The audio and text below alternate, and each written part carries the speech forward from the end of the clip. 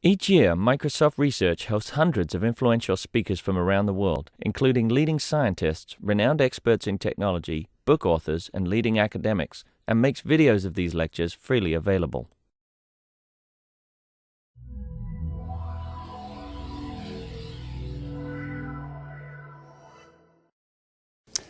Welcome back. This is the afternoon session on Azure Tutorial Part 1. I want to take a minute to introduce Krishna Kumar, who was here last year and did a tutorial as well. He's an academic relations manager based in Chicago area who's actually been leading our field team on Azure and cloud-related technologies. So you're really working with an expert. Krishna is also the architect behind the Azure Faculty Pilot, which he kicked off, over a year ago? And we'll be spending a fair bit of time taking a deep dive into Azure. Krishna? All right, thank you very much.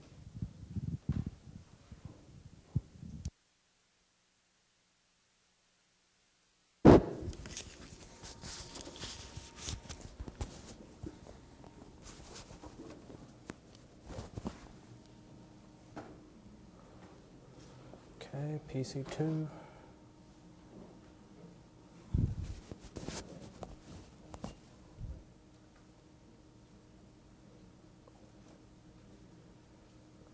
Something.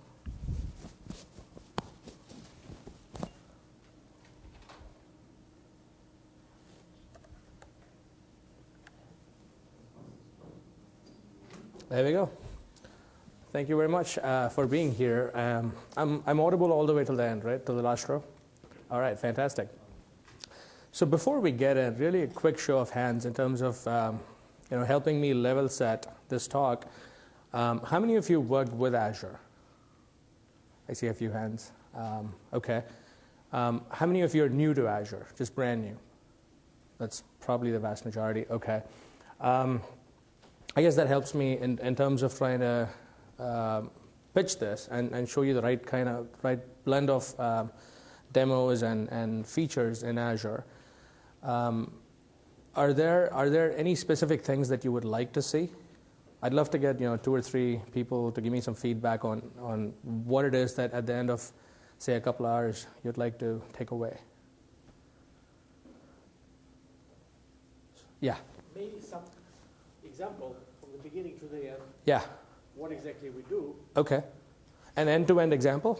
Okay, so that's perfect. We'll sort of make one on the fly then. A very simple. If possible, example with some security built in, because this is, if it's too complicated, at least mention that. Okay, yeah, I'm happy to give you pointers on integrating security. Any other? I like that end-to-end example part. I think we should go with that. Yes? Anything related to data or tool integration, like workflow kind of thing? Yeah, so data and tool integration. Okay. All right. Yes? Also maybe an idea of how you can turn around and use this in the classroom, how students could potentially. Absolutely. So I'm going to try that piece, try to combine that piece with the whole end-to-end thing. That's great, actually. So what I'm going to do is, first thing, on this slide is my contact information. So this is a great way to reach me. Please feel free to reach out. If you have any questions, if you're looking for ideas for adoption into a classroom or resources for adoption into the classroom, please feel free to reach out. The site that I call out here, azurepilot.com, as Kent pointed out, is a site that we set up in the US for the US market, for the US academic market, in terms of academic adoption, right? So this site, I have to tell you right now, is being phased out. It's going to move into our primary TechNet portal, but this site will sort of continue to live for maybe 3 to 4 more weeks. The reason I'm showing you this site is there is 2 things I want to call out. The first one, we've sort of tried to provide end-to-end topics that apply and relate to the cloud. So if you're just basically starting out with Azure, if you're teaching a class or if you're learning individually, it sort of walks you through the beginning of what is the cloud, what are some of the building blocks of the cloud, the enabling technologies of the cloud. So for instance, things like under enabling technologies of the cloud, it'll talk about all of the infrastructural pieces, things like data center design, technologies like virtualization, things like cloud protocols and stuff. These are the sort of the glue and the bricks that sort of make up the whole cloud computing aspect possible, and then sort of gets into the cloud, specifically into Windows Azure, talks about the different components of the Azure platform, Windows Azure Compute, Windows Azure Storage, gets into SQL Azure, gets into AppFabric, which is a set of middleware services. So it tries to basically cover everything about the Windows Azure platform. The reason this site was not a part of the Microsoft set of properties was because we wanted it to be a wiki. We wanted it to be a place where faculty could come in, students could come in, and modify the content. Feel free to change the content. Feel free to add stubs for things that they wanted to see and stuff like that. Recently, we announced a wiki on our TechNet site. So if you go to, let's see, technet.microsoft.com. Actually, it's social.technet.microsoft.com/wiki. We have wikis now enabled on our primary TechNet site. And so what we're going to do is basically take all of the content that is on Azure Pilot today and move it over to the TechNet wiki, right? I would still nonetheless encourage you to visit Azure Pilot and try to sort of register into the site. So if you go and you can basically sign in to the site, you can basically create an account and sign in. I would encourage you to do that, just because what's going to happen is, as we roll this site out, we will take all of those members and sort of roll them into the new property and send them notifications on new content and events like these and stuff like that. So please do take a look at the site. Everything I'm going to talk about today already probably exists on this site, so it's a great leave behind resource after this talk. So that's basically our platform for reaching out to teaching and research faculty around Azure. That said, I'm going to basically look at cloud computing, but I'm not going to do the preliminary intro of what is a cloud and all of that. Probably just going to get straight into Windows Azure, talk to you about some of the building blocks of the entire Windows Azure platform, and we'll try and spend most of our time doing a demo, sort of an end-to-end demo. Let's come up with in fact, that was a good thing, because I was just spending this morning trying to sort of see if I can do an end-to-end demo, just sort of make sure that the firewall lets all these packets go through and all of that. I know some people have had issues with the Microsoft firewall here. So, okay, so with that, we talked about Azure Pilot. I'm not going to go into the agenda. In fact, I'm going to pick and choose from this deck right here. So we all understand, why the cloud's useful, where it is useful, and all of that. What I'm really going to jump into right now is, say this. Let me see if okay. So just a brief history of Windows Azure. So basically, when we thought about building a cloud platform, the Azure team basically didn't start from a fresh spec, right? They didn't start from a fresh page. They basically approached a bunch of properties at Microsoft that have been doing, cloud-based properties for ages. So our primary email service, our search service, right? Any of our online services have been around for ages, have been dealing with programming the cloud, and some more properties. So basically, they came up with a list. All of the teams actually that they interviewed came up with a list of a bunch of factors that they had to worry about when you write a program for the cloud, when you try and create a cloud application. And the primary reason that all of these issues arise is because, as we know today, most data centers are just based on commodity-based hardware, right? So your resiliency of your hardware infrastructure is really low, which means your devices can fail at any time. This could be your memory failing. This could be your hard drive failing. Hard drive failure is, in fact, the number one cause of failure in a data center. So now, how does that translate to an application running on these devices? If the hardware fails, the application goes down, right? The other aspect of the equation is we want to basically enable the average developer to be able to take their skills and port it to the cloud. So when they came in and they looked at all of these groups and interviewed them, they basically found that most groups end up writing a huge bunch of infrastructure code, right? Code that manages mundane things like application rollouts, operating system services, and all of that. And only a tiny portion of the actual logic was their actual business logic. So the Azure team came in, and their design goal was to build an operating system for the cloud, right, that does away with all of these. The infrastructure, the Azure platform, will take care of all of the idiosyncrasies of a data center and present you with a simplified API that you can use to write an application for the cloud. As a developer, you do not have to worry about, is my application running on one node, on 100 nodes, on 1,000 nodes, or what happens if my application is running on a node and the node just falls over, right? Or what if my app crashes? You don't have to worry about all of that. You just basically write your business logic, and the underlying Azure platform takes care of all of these housekeeping tasks. So with this context, let's look at what Windows Azure is. Like I said, sort of an easy, simple analogy is like to think of it like an operating system for the cloud. And so think of it like Windows, our desktop Windows for the cloud. So Windows on your PC provides a few fundamental things, right? It basically provides a unified platform that lets you not worry about the hardware inside the box. But it also provides you, if you're a developer, with a few services, right? It provides you with APIs to actually target your CPU, to target your computation off the box. It provides you with a few APIs to target your storage in the box, to store files, retrieve files from your hard drive. Similarly, Windows Azure for the cloud presents you with these two big blocks. It provides you with compute and storage. These are the two fundamental services that Azure provides. Allows you to write a program using its APIs to run on the cloud on our data center, and it gives you a few APIs to store data on our data center, right? Because your applications will need to store and access data.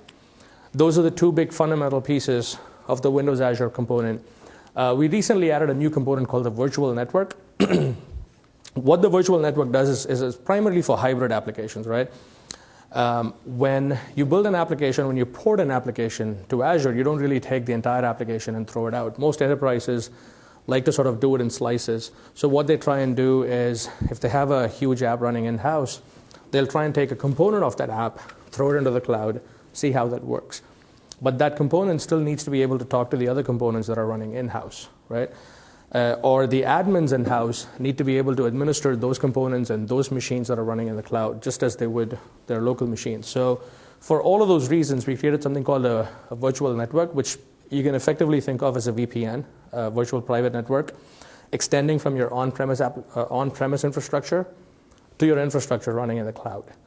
So it allows you to do things like get your cloud machines to join your local Active Directory, to join your local domain services, to be able to see them on the same network and stuff like that. So that's your connectivity piece. We'll talk about it a little bit later. From a developer perspective, the most useful thing you can do with the virtual network is if you have an application today, for instance, a simple two-tier application, say a departmental application, that's got some front end, a web front end maybe, and it talks to a SQL server down the hall. What you can do is you can basically take that front end, throw it up on Azure, but if your SQL server has any data that you're not comfortable throwing up on the cloud, using virtual network, you can make the nodes on the cloud that are running your front end appear as though they're on the same network as your SQL Server database on premise. So you don't have to port your database to the cloud. That's your biggest advantage with the virtual network. But to summarize, Windows Azure, the OS for the cloud, provides you with compute, storage, and a virtual network piece. For the session that we're going to do, we're going to try and stress on what compute and storage on the cloud look like, the kinds of different kinds of compute you can do on the cloud, and the different kinds of storage, the different kinds of things, artifacts that you can store on the cloud. Now, Windows Azure, the OS for the cloud, is sort of the underlying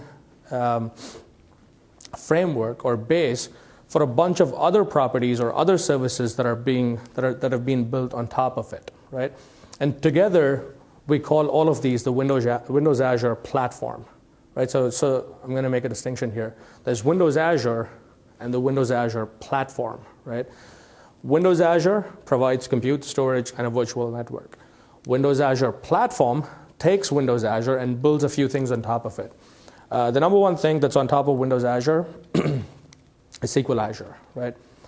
We'll see in a bit, Windows Azure storage doesn't give you relational storage, right? It was a design decision that the Windows Azure team made to not provide relational storage in Windows Azure, just because in terms of scaling, it becomes very complex to maintain all the relationships between multiple tables.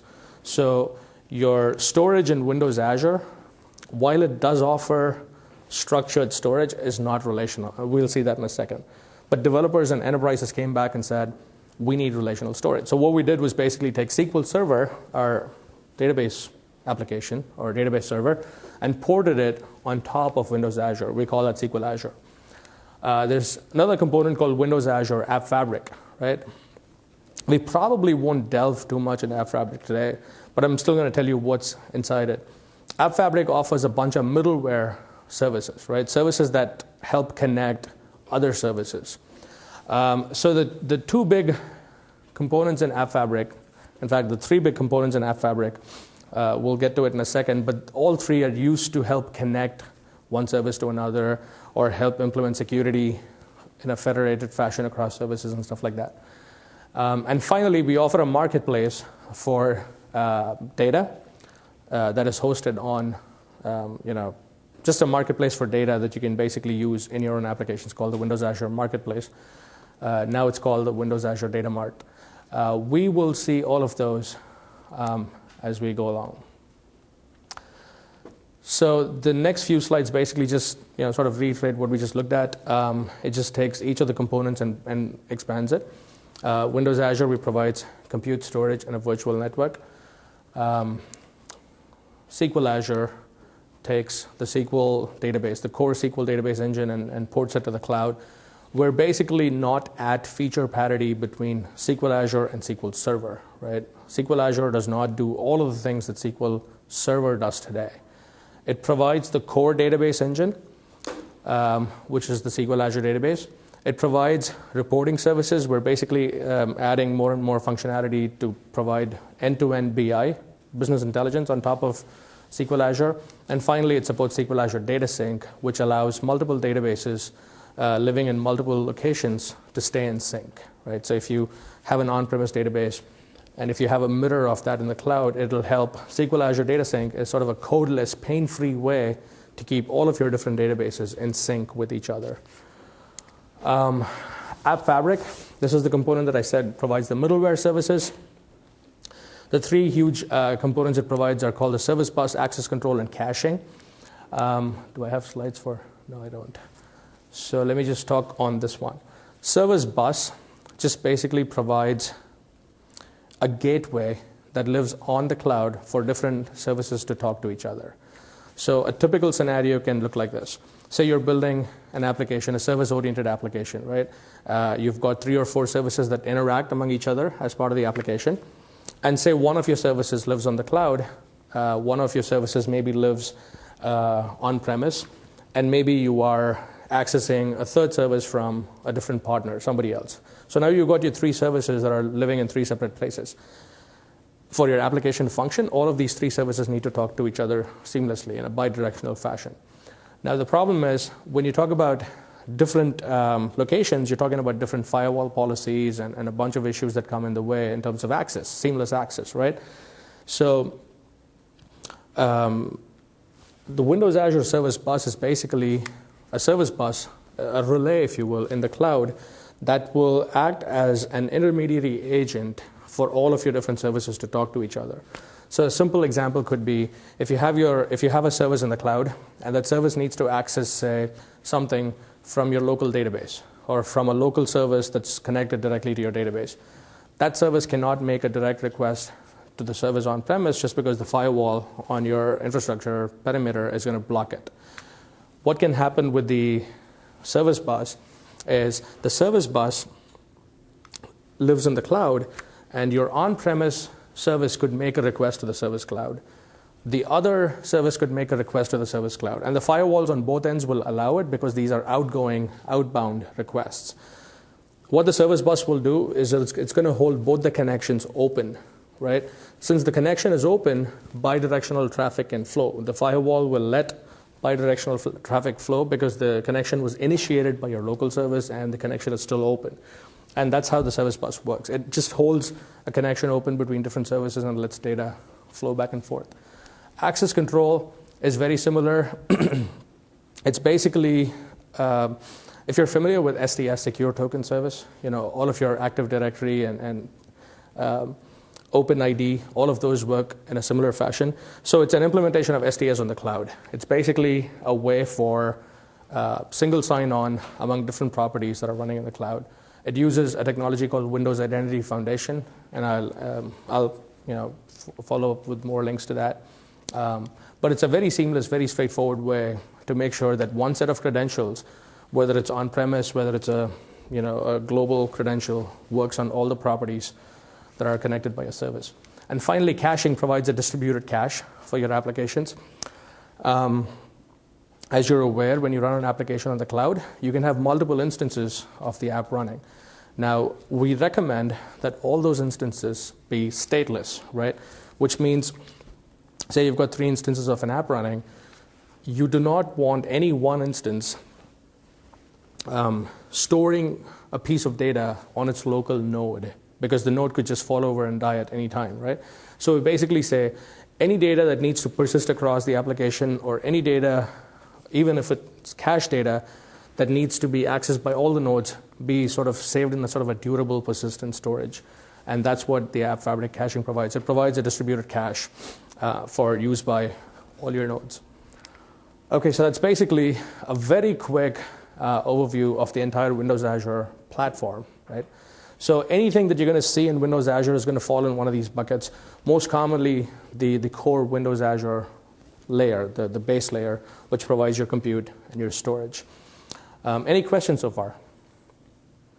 Okay. So what we're going to do then is sort of jump into yes.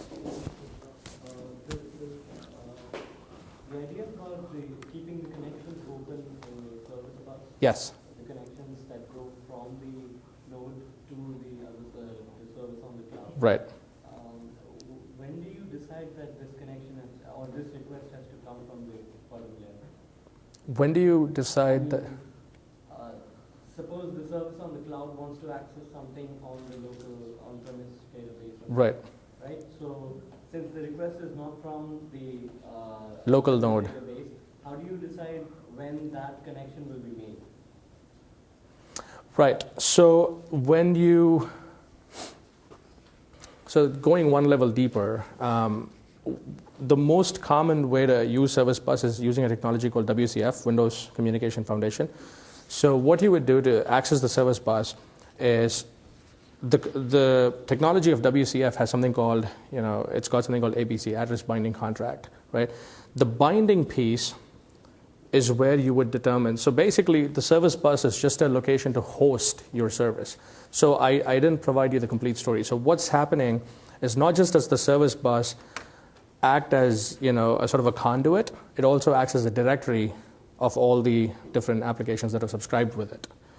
So when you list your service in the directory of the Service Bus directory, then it basically has, so I'm trying to sort of put it in words. It has a policy to discover services and communicate with those. And I'm happy to show you. I mean, we have, I think, a sample in our training kit that basically walks through that whole process end to end. And I'm happy to take that with you offline and through the break or something. I'll show that to you. Okay. Any other questions? Okay. So basically, just a very quick recap of what we saw. Basically, since we didn't do it since we didn't basically spend a lot of time with the intro and stuff, this is normally my halfway point or quarter-way point during my day-long workshops. So just a quick summary of what we saw. Windows Azure is basically an OS in the cloud. It's a place to run your applications. And it's a cloud computing platform, so it's designed to scale. That's the key benefit of Azure. It scales up and down. Since it's a utility computing platform, you only pay for what you use. We charge you by the hour per node that you consume and type of node. So inside our mini servers, so basically it's a data center. And the server basically, each physical server has a bunch of VMs installed on it, all of them running Windows Server 2008 or Windows Server 2008 Release 2. We call this the fabric, right? We just borrowed a term from distributed computing, basically a collection of nodes connected to each other. We call it a fabric. And this is the application, or this is the infrastructure on which your application runs. So the key thing I want to point here is when your application runs on a set of nodes, it doesn't see a set of nodes. It sees one unified fabric, right? Basically, that's the goal of the fabric. The goal of the fabric is to take all of the discrete nodes that are running and make it all appear seamless as one. And that's why in your application, when we build applications, you will see that you never have to worry about concurrency and coordination, right? Whether I'm running on one node or 5 nodes, how do I keep them in sync, all of that. You don't have to worry about that. The application in Azure is called a service. And a service basically comprises of something called roles, right? A role is basically a discrete unit of a service. So to make an analogy with regular Windows programming, think of a service as a Windows application and think of a role as a DLL, right? So you'll compose an application with a bunch of DLLs. Similarly, you'll compose a Windows application or a Windows service, Azure service, with a bunch of roles. What is a role? It's a discrete unit discrete executable unit. A role contains some code that runs and some configuration about that code. Again, remember that since this is running in the cloud, you cannot really hand off your code to somebody and tell them what your requirements are, right? Typically, if you build a local application, you'll basically give it to your admin and say, hey, for this I need these ports open, and I need these applications or these permissions on these folders, and I need access to the registry, and I need access to this particular folder and all of that, right? There's no way you can actually go tell all of this to somebody in Azure because the whole thing is automated. So you basically provide all of that information in a configuration file. And you basically upload this, and we will take this and run it. Now, each role can scale up, right? You can have multiple instances of each role in an application. And all of the access to your role is load balanced across all of the different instances that you have. And that's why Azure is scalable, right? If there's only 10 people on your site, you could just have one instance running. Now, if you get /dotted and half the internet comes to your site, then you can have multiple instances of your role spawned, and Azure will load balance across all of these instances, right? That's how the whole elastic nature works. Question? Oh, do you want to use the, he's going to bring you a microphone, and I think for the recording. So in the previous slide, not right. this one, but the application, yeah, this one. Mm-hmm. So the box, each box is a virtual machine, or is it a virtual instance? Each box is a virtual machine, yes. Virtual machine. So each Windows machine, basically, right? It's a virtual machine running Windows. So the way we do it is basically we take a physical, we have different machine sizes, if you will. And we'll see that when we get into the Azure portal. We have 1, 2, 3, I think 4, extra small, medium, and large, right? So what we do is basically take a physical CPU, like a physical chip, and install VMs on top of it. And the size of the VM is basically on how many cores is that VM running, right? So a small instance, for instance, will get 1 dedicated hardware core, right, today. A medium gets 2 cores, and a large gets 4 cores, and an extra large gets 8 cores, basically. So ultimately, everything is virtualized, though. The size of your VM could vary depending on if it's running on half a core or 8 cores. But I think my question is the box a core, or is it a virtual machine? So in this, this is not the most illustrative example, but in this, you can sort of think of each box as a VM, right? if you look at my previous slide, I had it as a box and then basically split it into different VMs and stuff like that. But I mean, it doesn't really matter how you think of it. Ultimately, your application is running on VMs. So your application in this case Yes. runs like parallel, distributed parallel program, correct? Without coordination. It is running. So I wouldn't call it parallel, because when you say parallel, it means that they are sort of communicating and then sort of doing some. So you mean They're just running. There's multiple instances running. That's all there is. They don't really, unless you code it in your application, some sort of MapReduce implementation or something, they don't really automatically do anything. Yeah. Question? In a previous slide in this, you mentioned that it was based on cost of how much time. Right. Can you give us an idea of what that is? Absolutely. Environment? Yeah, so the question was, I had mentioned the concept of an application that's running gets billed per unit of time, and that today is an hour. You get billed per hour. And to give you an idea, I think a small instance where you get one physical core and 1.5 gig of dedicated RAM costs about 12 cents an hour, right? And then when you scale, it basically scales linearly, right? So when you get a medium instance where you get 2 physical cores and about 3 gigs of RAM or so, is now 24 cents an hour. When you're on to 4 cores, it's 48 cents an hour. When you're on to 8 cores, it's 96 cents an hour. So yeah, it's sort of helpful to think of it as 12 cents an hour per core. Yeah. Yes, ma'am.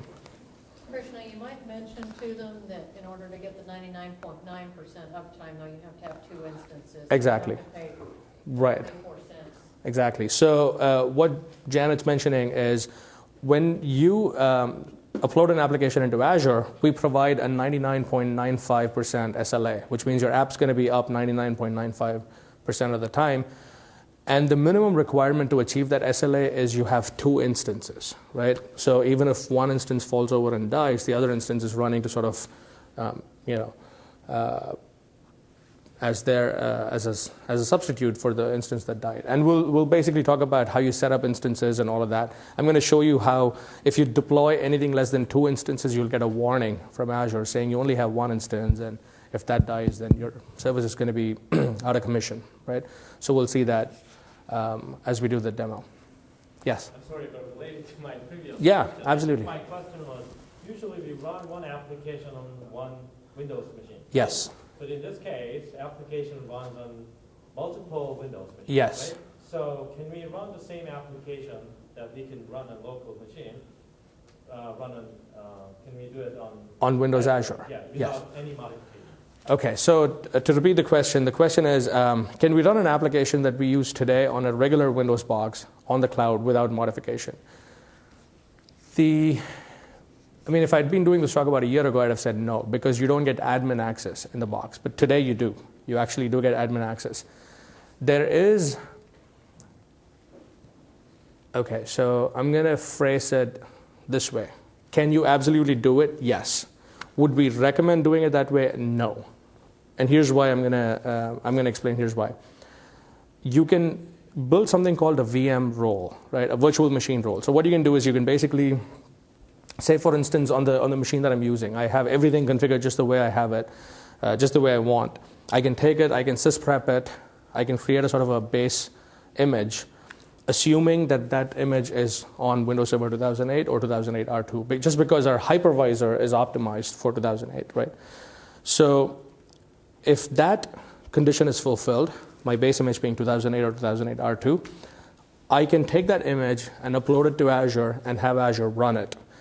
So that is the sort of the yes part of your question. Can I do it today? Yes.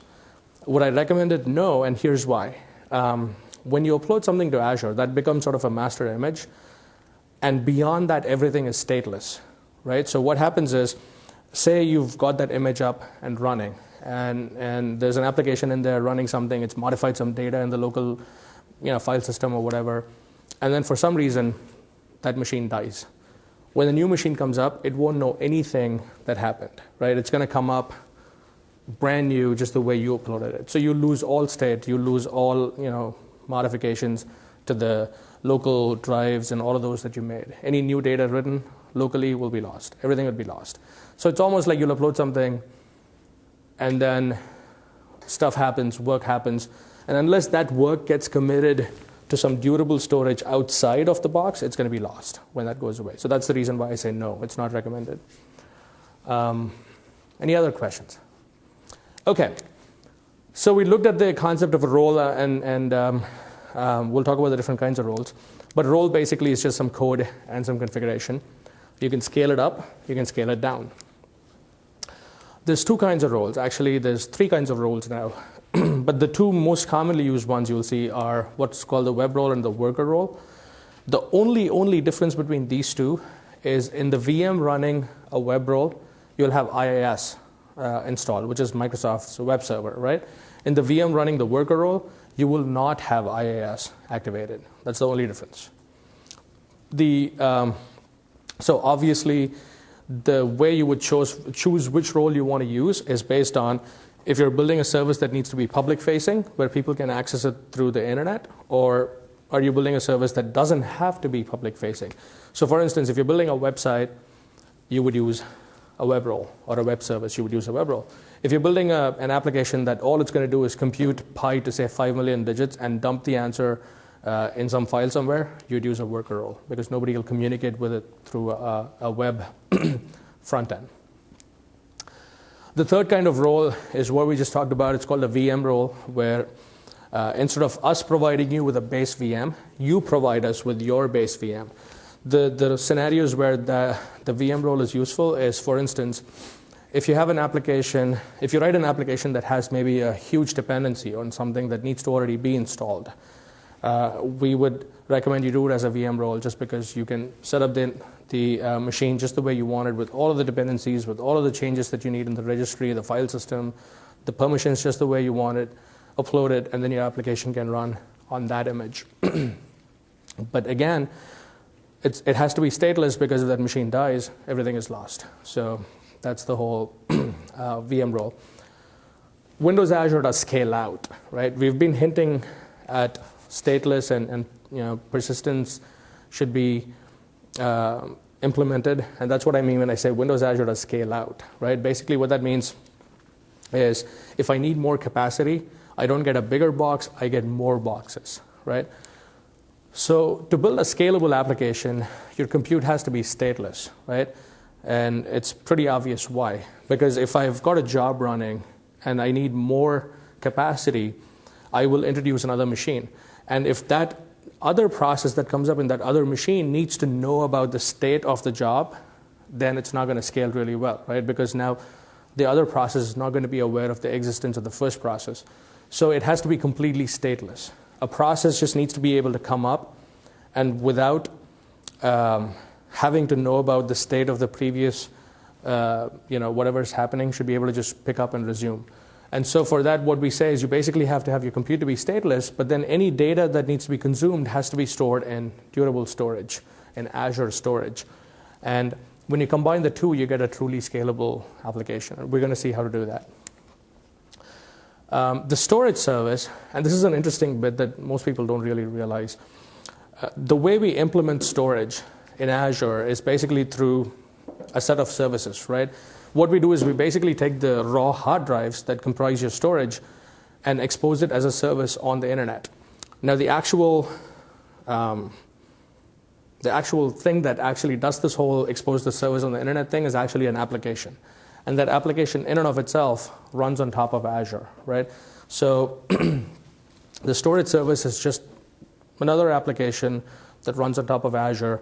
Its job is to basically take the raw storage devices and expose that as a service on the internet.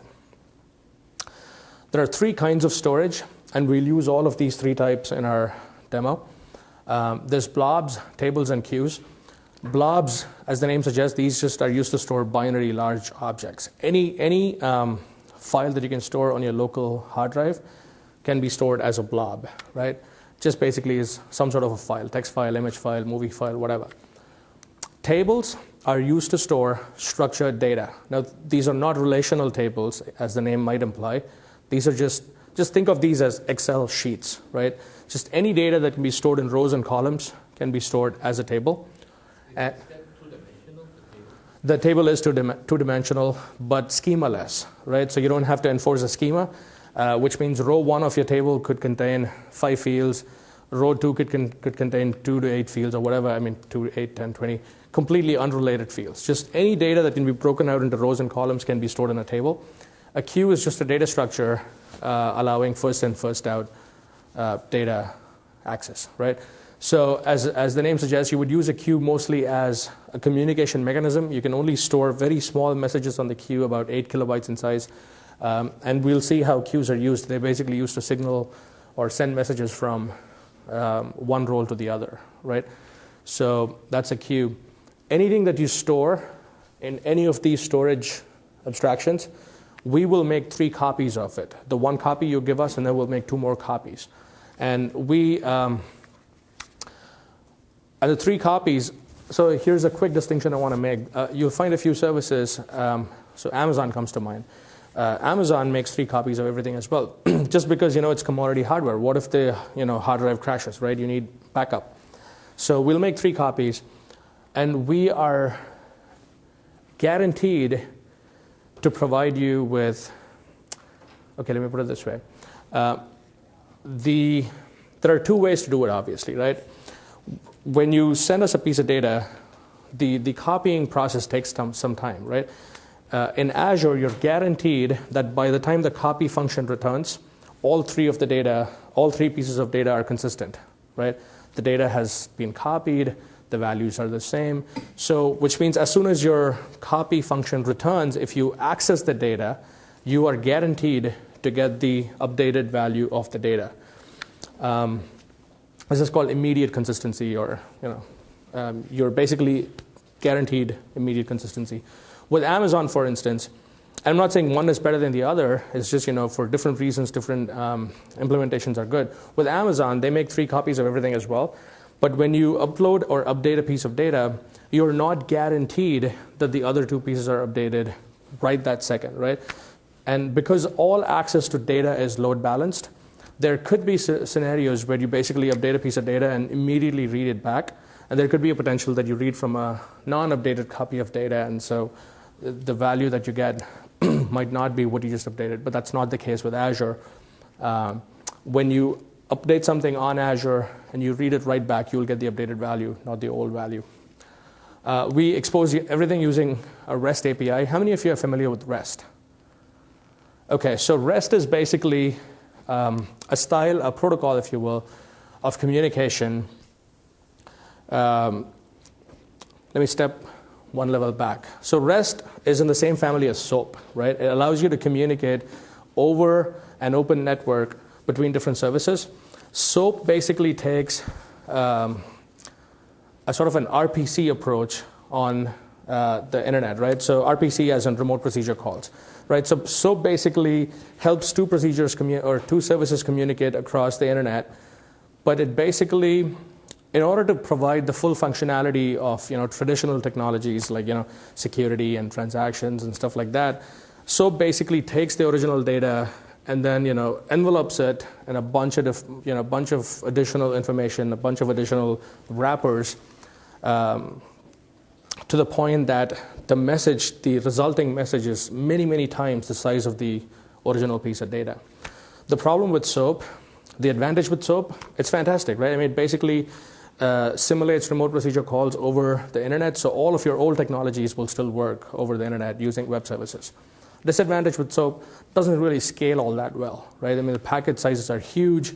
When you do a SOAP communication, you basically send every data in an HTTP post. When you send an HTTP request, it basically sends a post request and sends the whole payload in the post field. And it really doesn't utilize the nature of the internet.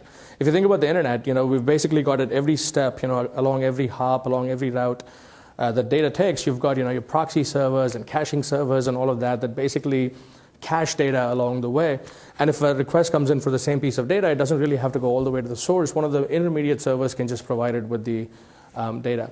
If you're sending post, however, all of the system breaks down, right? You cannot cache post data. So you can only cache get requests. So what REST does, REST was basically a PhD dissertation by this researcher called Roy Fielding, who had a hand in the original HTTP white paper. So basically he said that we could do all of the communication in the spirit of the HTTP protocol just using the HTTP verbs, right? Get, post, put, delete. And so basically the REST API is a way to represent resources as just URLs, right? And we'll see an example of how that works. But basically any resource can be represented by a URL, and using that URL and applying the right HTTP verb, say, for instance, if you want that file, you can say get whatever the URL to that file is, you will get it. If you want to upload a file, you can probably do something like a put, and whatever the file is, will get created. If you want to delete the file, you can use the delete verb and all of that. So REST is a way to apply HTTP on traditional ways to access data. And so the Azure storage service uses REST, just because, again, Azure is meant to be scalable, massively scalable. REST allows it to scale massively. So that said, you know what, I'm going to come back to this when we actually do the data section of the demo. So far, we've looked at fundamentally two things.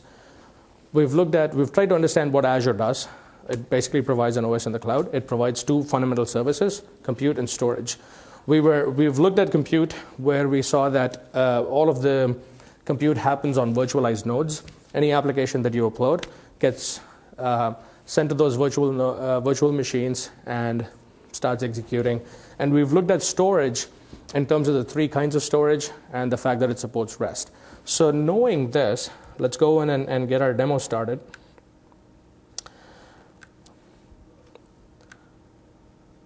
And so it's funny, actually, I got to mention this. You know how this is a cloud talk and all of that, and many benefits of the cloud and all of that. I just basically realized like 5 minutes before the talk began that this was not my primary machine. I had updated Visual Studio on this and all of that. So I had brought this machine thinking that it had the latest bits, and I just realized to my horror that my slide deck was not on this machine. It was on my other machine, right?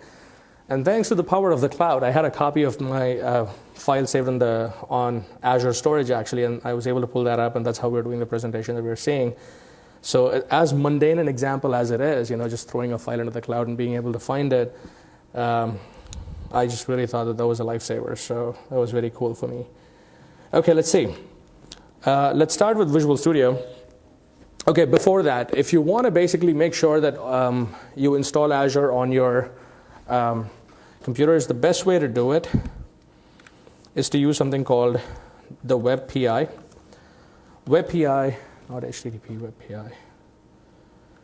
Okay, so Web PI is basically, it stands for Microsoft Web Platform Installer, and this is the easiest way to get the bits on your machine. If you go to the Azure site, and if you install the tools one by one, there's a bunch of dependencies. You have to go modify your IAS. You have to, install a few service packs or service hotfixes before you install Azure. But if you go through the Web PI, this is going to do it all automatically for you. So all you do is just basically download it now. It's tiny. It takes about 10 seconds to download. And when you go in under the developer section, you'll find Azure. Just check that box, say go. It'll automatically download all the bits and install them in the right order. So Microsoft.com/web is your URL. Cancel. So once you install Azure tools for Visual Studio, what you'll see is when you run Visual Studio and say new project, you will see a tab for cloud. You'll see a cloud application, and it'll say Windows Azure project, and let's give it a name. Let's call it Hello Cloud Futures.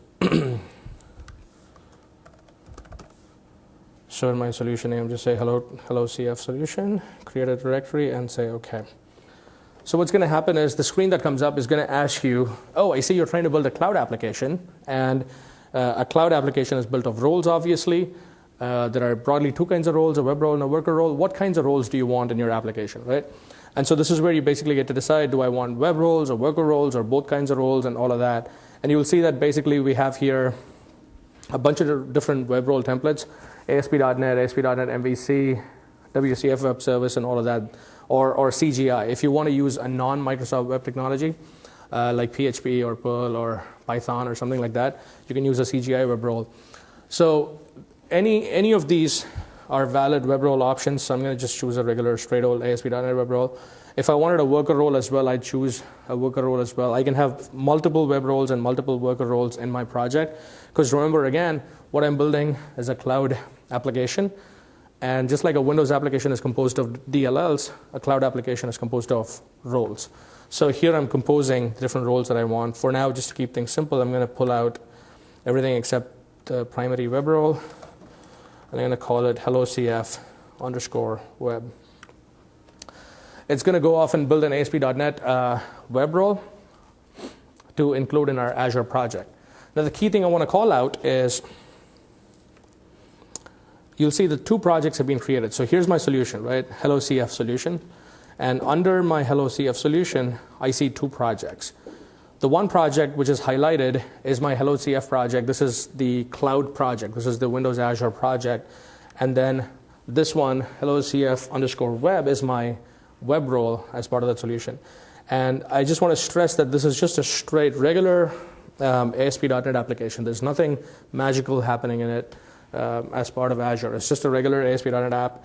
The way it gets rolled into the Azure app is basically if you go into the Azure application and if you look at the roles section, you will see a shortcut reference to this application. If you double click it, nothing's going to happen. Well, the properties is going to open up. But basically, this is just a link to this project right here.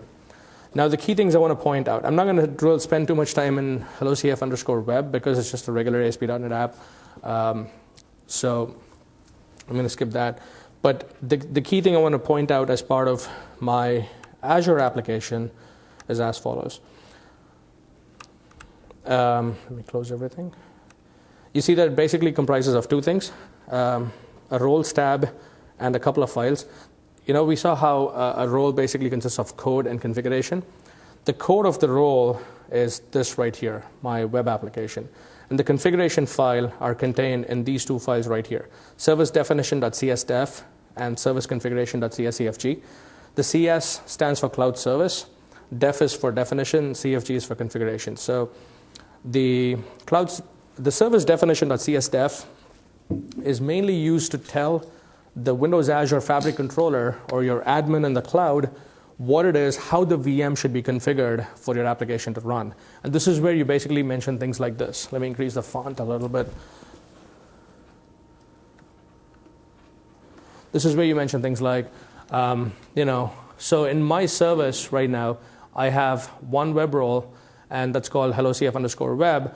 And in the web role, I have one binding. Binding is basically your network connection, right? How do you communicate with your web role? And you basically say, I have one binding called endpoint 1, and this endpoint 1 uses protocol HTTP and port 80. And so what's going to happen is the Fabric controller, when it gets this file, is going to make sure that port is open and listening.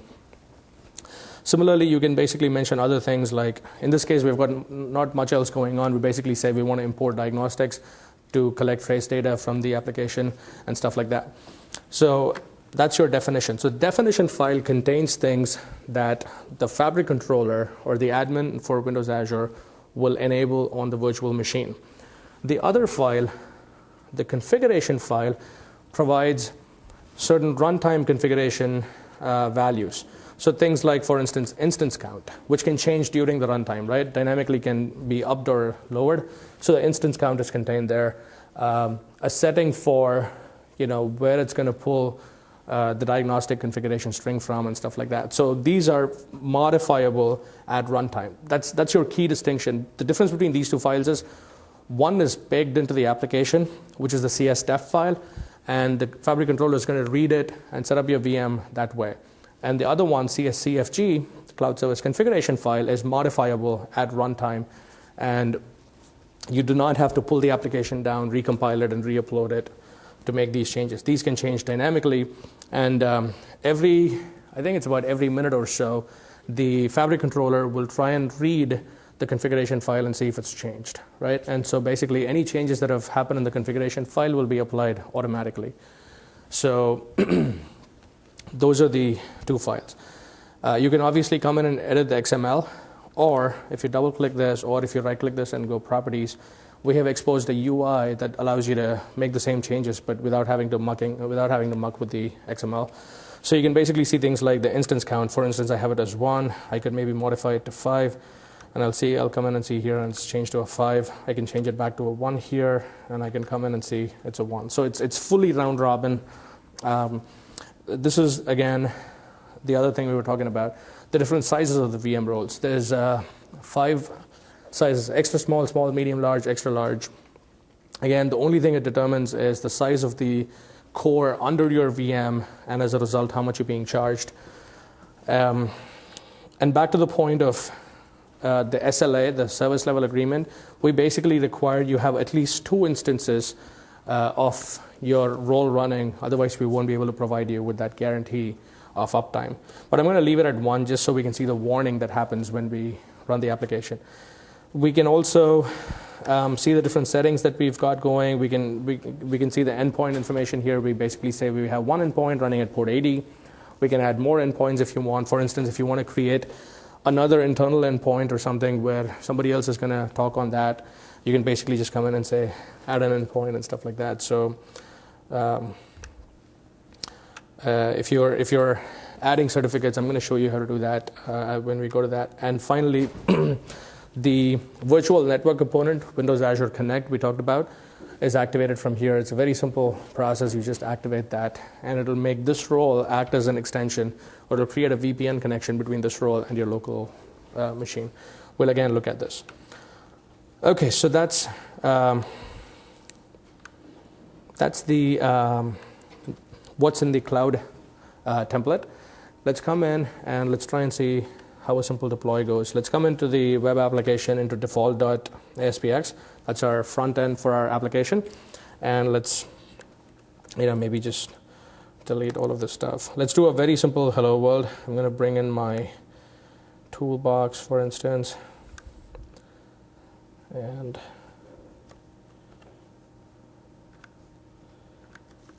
okay. So how about we have, say, a text box. So for your canonical hello world, we'll just enter some text and have the application say hello, whatever that value is. So let's bring in a text box. Let's bring in a button, and let's bring in a label.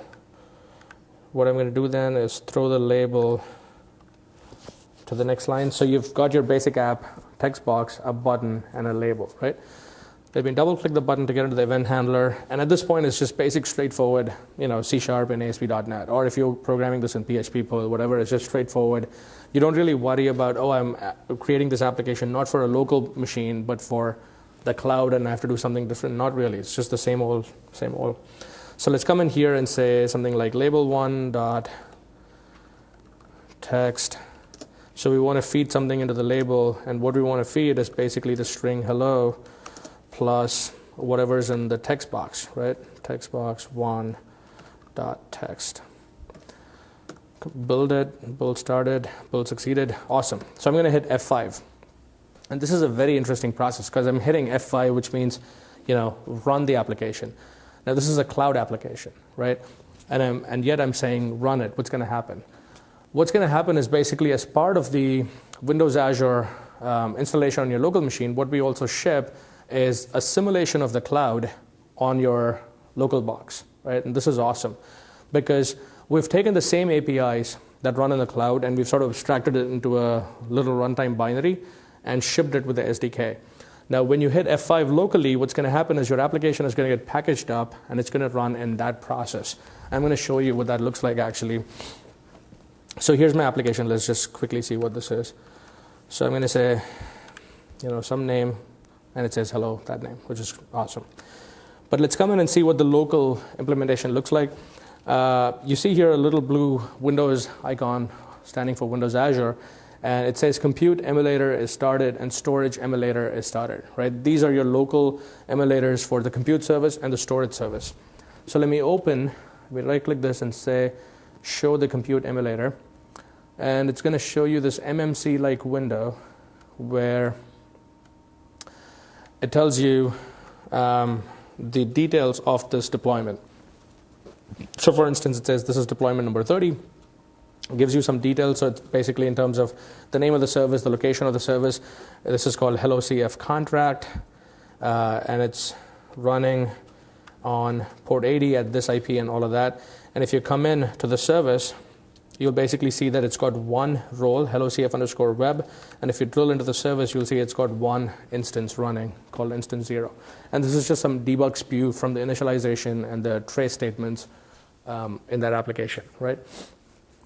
So, yes? You can actually have an HTML file just there, right? You can have a simple HTML file. Can we have a simple HTML file? Because what you have is basically a website right now. So if you replace the ASP with X with the HTML, you're good. You're fine. Yes, absolutely. You won't see any benefit of the cloud, however, because an HTML file is just a file that just gets sent to the local client and displayed. So at this point, you're not really doing any compute on the cloud. You're just basically using it as a storage device. So you won't really see a benefit, but can you do it? Absolutely, you can do it. Yeah. Let me show you what's happening behind the scenes. If I open up my Process Explorer, you'll see a few interesting things. Anything with DF, DF stands for Dev Fabric. So before we called it Windows Azure or Compute Emulator, we used to call it Dev Storage and Dev Fabric, right? So DF stands for Dev Fabric. You'll see the different processes here: DF Agent, DF Load Balancer.exe. All of these are simulations for things that are running in the cloud, right? Instead of the hardware load balancer, you've got DF Load Balancer. So if I've got multiple instances of my role, and if I open multiple browser windows and go to the application, all of these would get load balanced. But this is a software load balancer on the Azure side. In the cloud, you have a hardware load balancer, but again, this is a simulation. A few other things. Let me scroll down a little bit. This WA host bootstrapper, WA IAS host, all of these are again processes that are part of the local implementation of the cloud. WA IAS host.exe, that is the actual process that is emulating the virtual machine. So you see WAIS host, it basically is going to take your process and run it, and it's emulating the VM. Just to show you a quick example of that, I'm going to stop this application, go into my configuration file, and say, give me 3 instances of my web role. And you know what? Let me just also go in and say, give me a worker role. Add new worker role project. Let me call it hello worker or something. No, it's just called worker role 1. And I'm going to go in to the CSCFG file. There's a node for my worker role. I'm going to say, give me, 4 instances of my worker, and hit F5. And you're going to see when the application comes up, it's running the deployment. It's taking slightly longer because now it's spinning up more processes to host all of these different instances. So I should get my browser to open up. It's going to show the same thing. If I go into Process Explorer or Task Manager, I'm going to see multiple. I'm going to see 7 instances of WA host bootstrapper. This is the process that brings up all the DLLs and loads the runtime into those DLLs and all of that. But you're going to see three copies of WA IAS host, which stands for the Windows Azure IAS host or the web role host. And you'll see 4 copies of the Windows Azure worker role host, right? So these are just the files that host your role and run it. In the cloud, if I did the same thing in the cloud, I would have each of these run in its own virtual machine. Except here, we're just doing it in a separate process. But the point I'm trying to make is the runtime architecture is exactly the same. If an application runs fine on your local dev fabric and dev storage, it's barring one or two exceptions, it's guaranteed to run the exact same way in the cloud as well. So it's a very high fidelity representation. It allows you to just build stuff, iterate, build, debug on your local desktop instead of having to upload to the cloud every single time. Okay, so having looked at this, what's the next thing I want to do? Let's actually deploy this to the cloud and see how that goes. The way you deploy to the cloud is first you basically create an account on the cloud. And all of you should have received a pass for access into Azure. So the process I'm going to show you now is going to enable you to use those passes and create accounts on Azure. The way you access Azure is you go into windows.azure.com. Now, before you do this step, you would basically go and activate your pass and get, along with your live ID, to activate your live ID to access Azure. That's a different step. That's something you have to do before you do this. But once you activate your live ID, I'm going to sign out and show you the full process.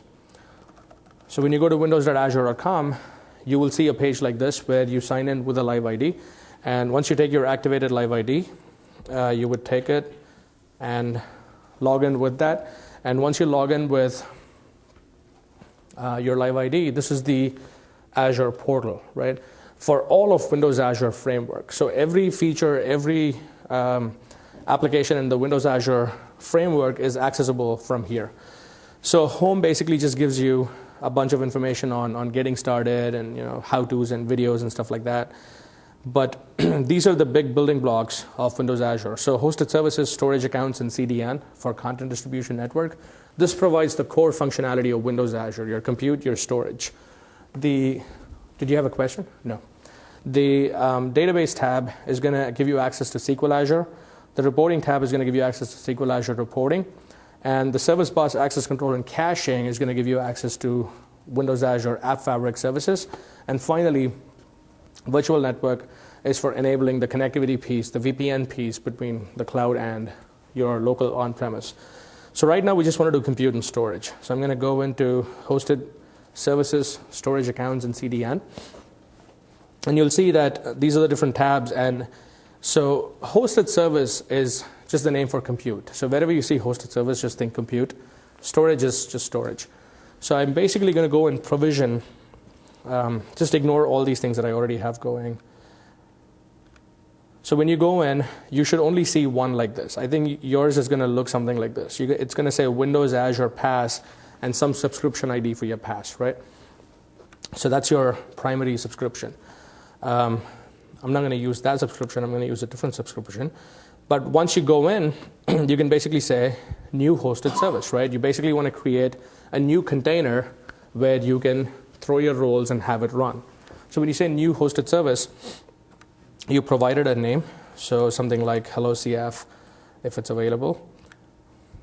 Looks like it is. If it is not, actually no, this is not unique. So you can give it whatever name you want. Now the URL prefix for your service, that's going to be the address with which your service is accessed. And so this needs to be unique. So something like hellocf.cloudapp.net. If the, I'm waiting for it, it's a little slow. If the name is already taken, you will see a little red thing which just, yeah, did you see that red thing? The requested name has already been taken. So that's your indicator that that name is gone. So just choose something that has not been taken and choose the region where you want your services to be hosted. So Azure runs in 6 data centers around the world today. We don't really talk about the exact cities where they're hosted, but if you just do a quick web search, you'll find the exact cities where they're hosted. But we sort of break them into regions, into zones, right? There's 2 locations in US, Europe, and Asia. And you can basically choose wherever you want your data to be hosted. You can just choose any of these zones, or so you can basically choose the particular zone, or you can choose the particular data center. So the one that says North Central US is just based north of Chicago, and I think it's the closest from here, so I'm going to choose that. But you can basically choose any of these, or if you didn't care where, you can basically say anywhere US, or anywhere Europe, or anywhere Asia. But let's choose North Central US. It talks about creating an affinity group, and we're going to do that. And the reason for an affinity group, or what is an affinity group? An affinity group is basically a grouping, a namespace, if you will, into which you can drop multiple storage accounts and multiple compute accounts, right? And what Azure is going to do is any services or any storage accounts inside that group, it's going to try and pack them in as closely as possible, right? So, for instance, if I create an affinity group here, and let's give it a name. Let's also call it Hello CF, and I want this affinity group, say for instance, to live in North Central US. So what's going to happen is it's the exact same. I mean, we chose North Central US first. It's the exact same thing that we're doing. For now, let me also choose, do I want to deploy something right away? Not really. I'm going to say do not deploy. Scroll down and say OK. So it's going off and creating this Hello CF compute deployment for me. It's going to be an empty deployment. Nothing's going to be running there, but it's just blocking that Hello CF name on the DNS servers, and it's created that affinity group. Now, where the affinity group is going to be useful is when we create a storage account, right? Because my services need to store data, so I'm going to go off and create a separate storage account, like so. It's the exact same process. Pick a subscription. I'm going to use the academic IO one. For most of you, you're just going to see one here. And I'm going to use the same Hello CF. And you might be thinking, how can you use Hello CF twice? You can actually, because the top level domain names, the windows.net, for storage, it's core.windows.net, and for compute, it's .cloudapp.net. So the domain names are different, and therefore you can use the same first level name here.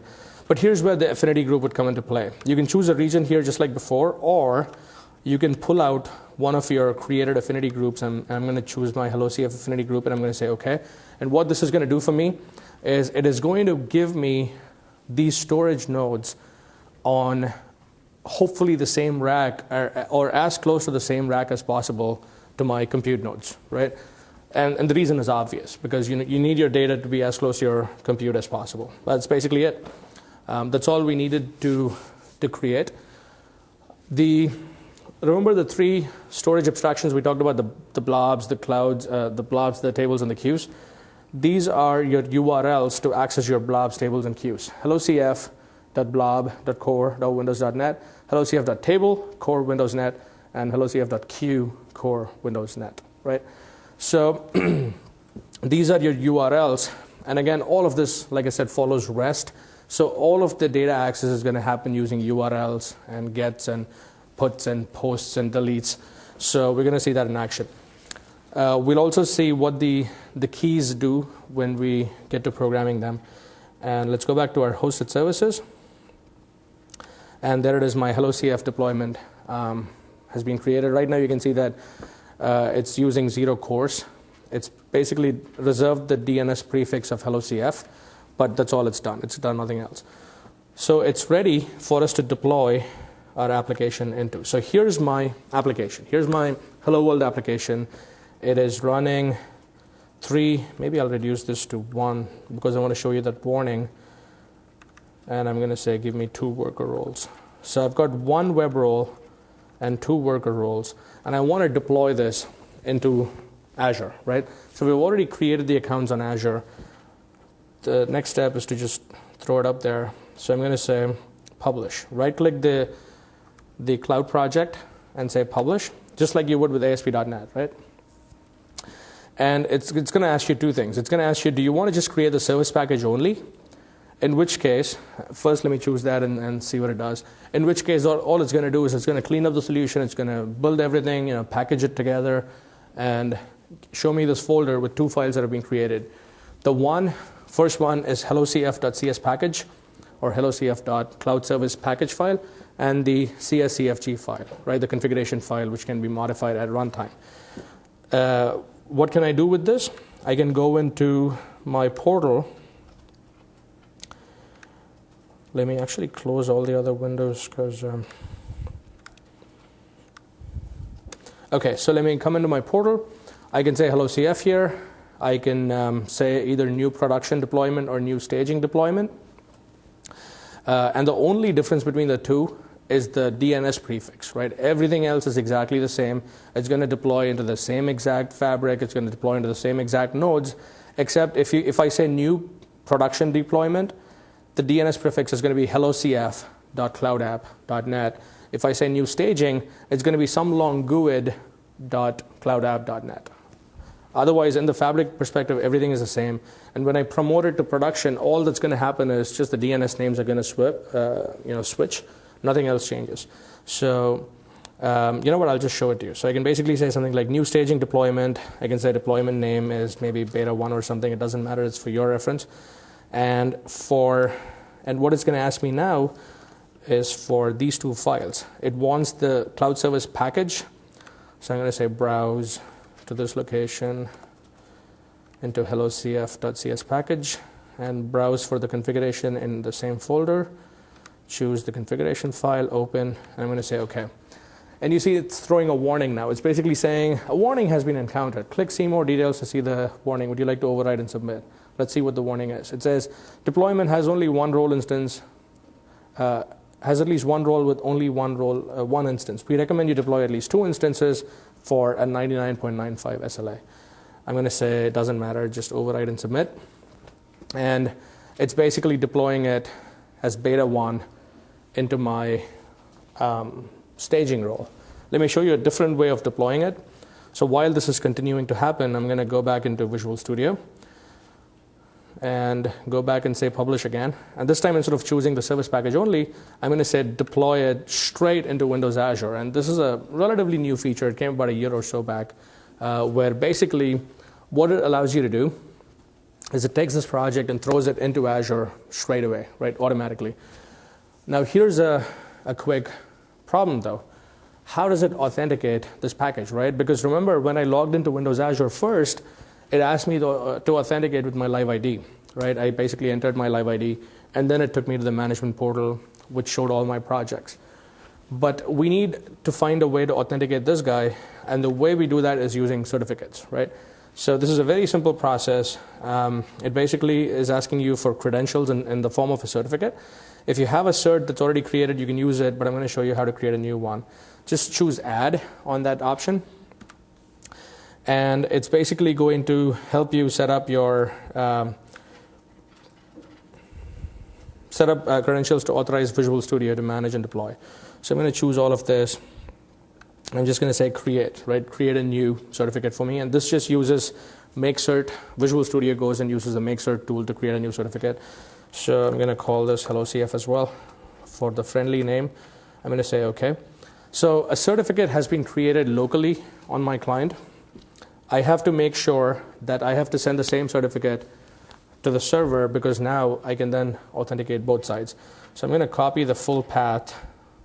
So I just click this, and the full path of the certificate, gets copied into my clipboard.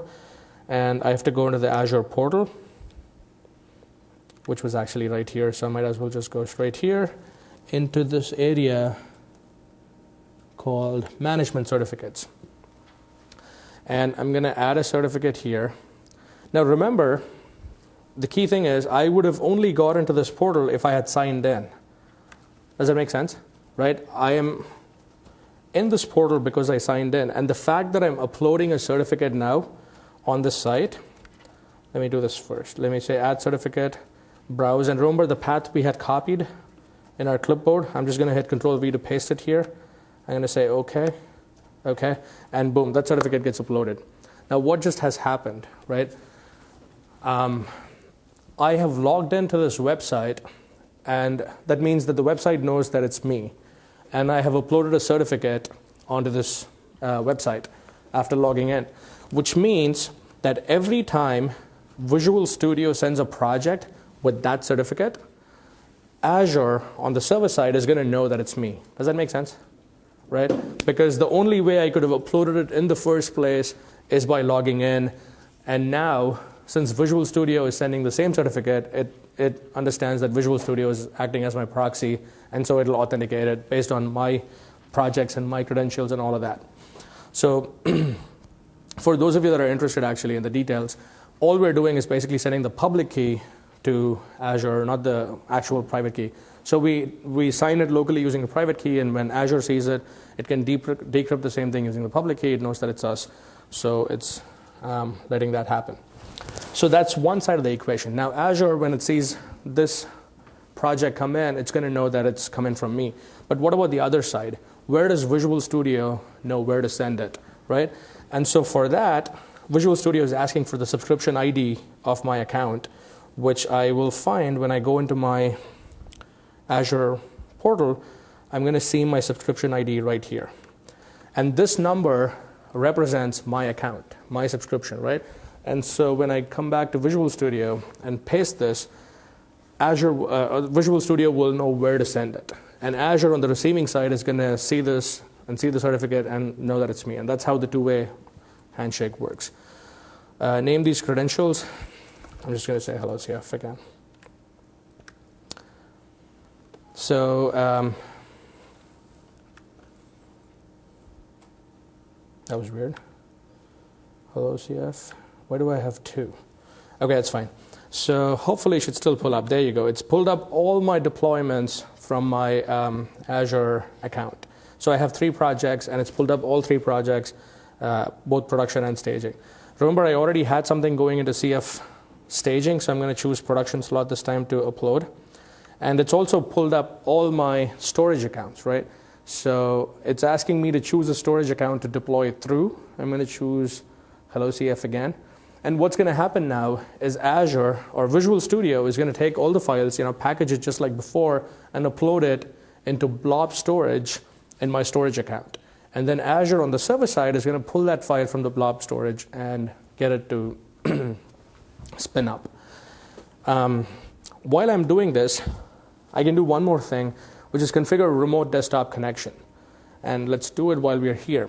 What does remote desktop connection do? Remote desktop connection allows you, using this dialog, to create an account on the roles, to create an admin account on the roles that's going to be deployed.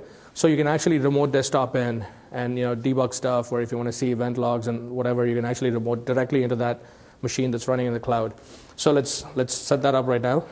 I'm going to say enable connections for all roles. And over here, it basically asks me to choose a certificate, so I'm just going to create a new one just to show you what the process looks like. So enter a friendly name for the new certificate. I'm going to call it Hello CF, but this is for remote desktop, so I'm going to say Hello CF-RD or something. So it's created a new certificate. It's asking me to choose a username and password that I would want to use in the cloud, to remote desktop into the cloud. So I'm just going to use any username and any password. Right? So this is up to you. You can choose anything you want, but once you log into the cloud, you have to use the same username and password, obviously, because it's going to create an account for this username as an admin. Account expiration date, when do I want it to expire? Yeah, maybe a month from now. I'm going to say OK. Sorry? If you forget that password, are you doomed? Kind of, yes. You just have to wipe. No, I mean, you're not doomed per se, because you can just come back in and create a new one and send it back up. You just wipe those deployments. But yeah, I mean, you wouldn't be able to remote desktop into that machine. Yes. Let's. Okay, so I said OK there. Right, so I basically came in here, did all of this. I said, OK. Here's the thing, though. When I remote desktop into Azure, it's going to expect this username and password, right? But then it also needs to make sure that this username and password that's actually being sent up does not get compromised, right? So what it's going to ask us to do, the reason it made us create the certificate right here is to use that to encrypt the username and password. And so what needs to happen is it's going to do symmetric encryption, right? What needs to happen is I need to provide the private key of that certificate to Azure so it can use that certificate to decrypt this username and password, right? So what I'm going to have to do, I'm going to have to export this so I can upload it to Azure. So I'm going to basically say, I click the view button here, and I'm going to go into, so you can see some of the details if you want. I mean, this is just created using Windows Azure tools, just your local make cert. You have a private key that corresponds to the certificate. So I'm just going to go into details. I'm going to say copy to file, right? And this is going to bring up this wizard. I'm just going to step through and I'm going to say yes, export the private key, right? Because I need the private key in that file that's being generated. I'm going to say next. I'm going to say include the PFX file, and I'm going to have to use a password to secure this file, right? Because if somebody were to find this file that gets generated, they'll be able to get my private key. So I have to use a password. So I can use any password. It doesn't have to be that same password as before. It's just some password to encrypt this file that's being generated right here. So I'm going to choose some file on the desktop. I'm going to say hello cf-rd. I'm going to say next. I'm going to say finish. Export was successful. And now on my desktop, here it is. So this is the file that contains my private key. And if I double click it, it's going to ask me for my password before it'll open and show it. Otherwise, anybody that gets this file knows my private key, which is a bad thing. Okay, so once I have that, I can say OK here.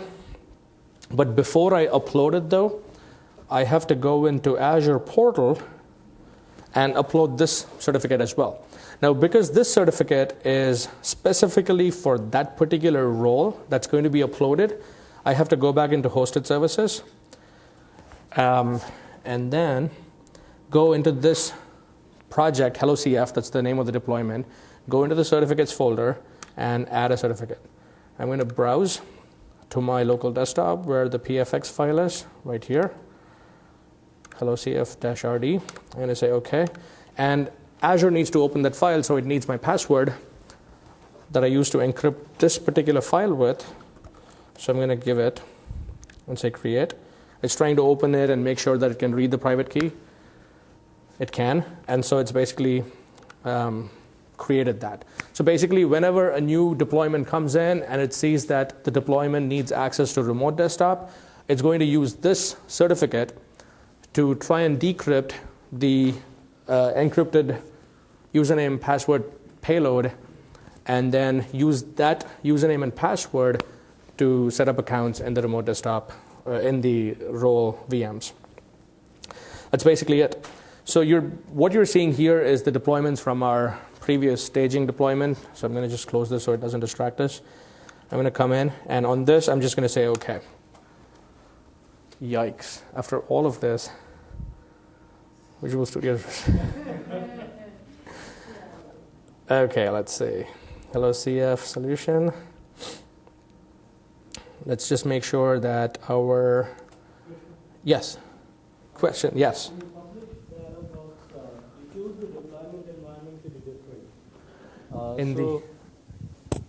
Yeah, thanks for the, yeah. On this published dialog box, yes. The deployment environment that you chose earlier was different. It wasn't different. Hello CF. Yes. So the only problem is that that you won't be able to remote desktop into those instances because the certificate was created for that deployment environment, right? I mean, everything else should work fine, right?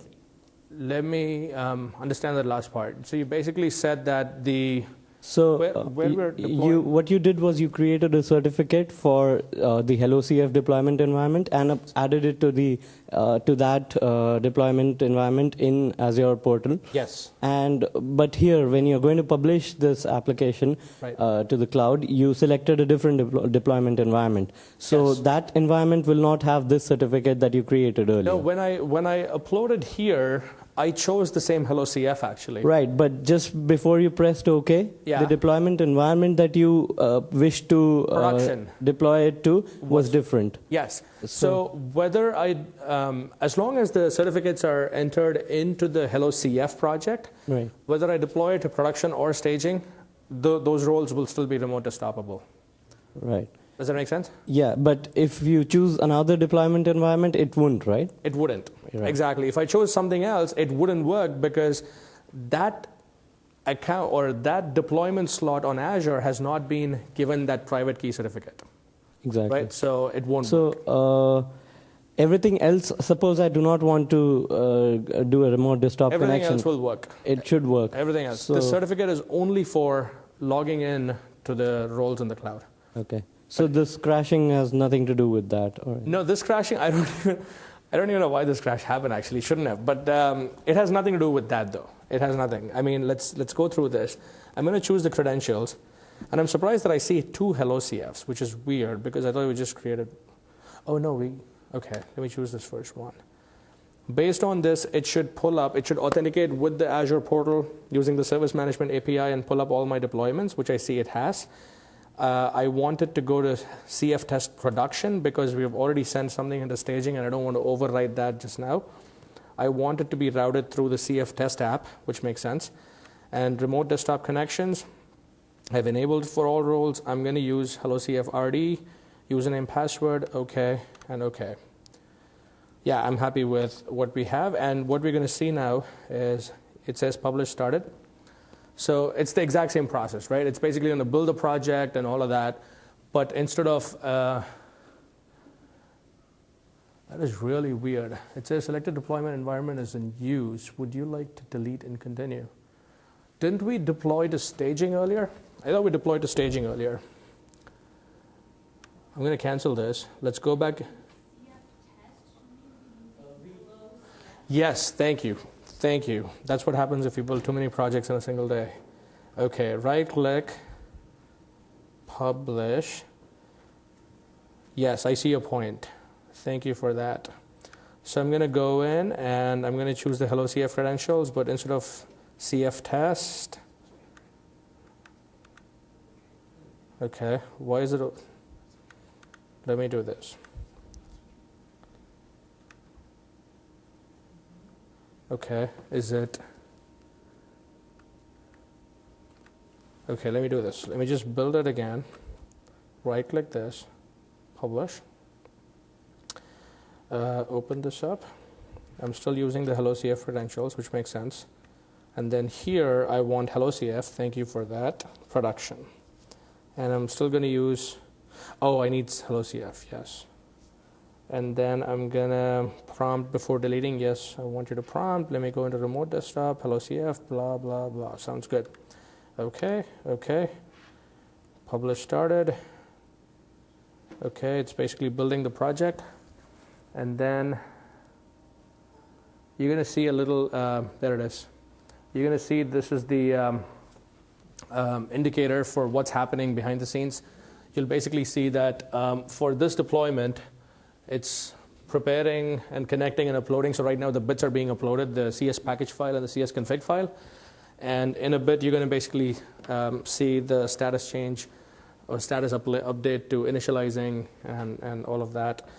And if you go into the portal, you should see the same things happen right here.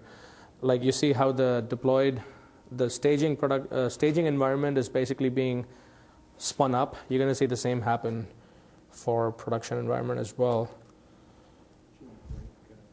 Yeah. Yeah, absolutely. So I think now is a good time to break. And then when we come back, what we're going to do is basically expand this application to throw in Azure Storage and SQL Azure. So how long do we break? It's a half an hour break, and until 4 o'clock. Yeah, if we could meet back at 4 o'clock, which is about 18 minutes from now, that'd be fantastic. All right, thank you.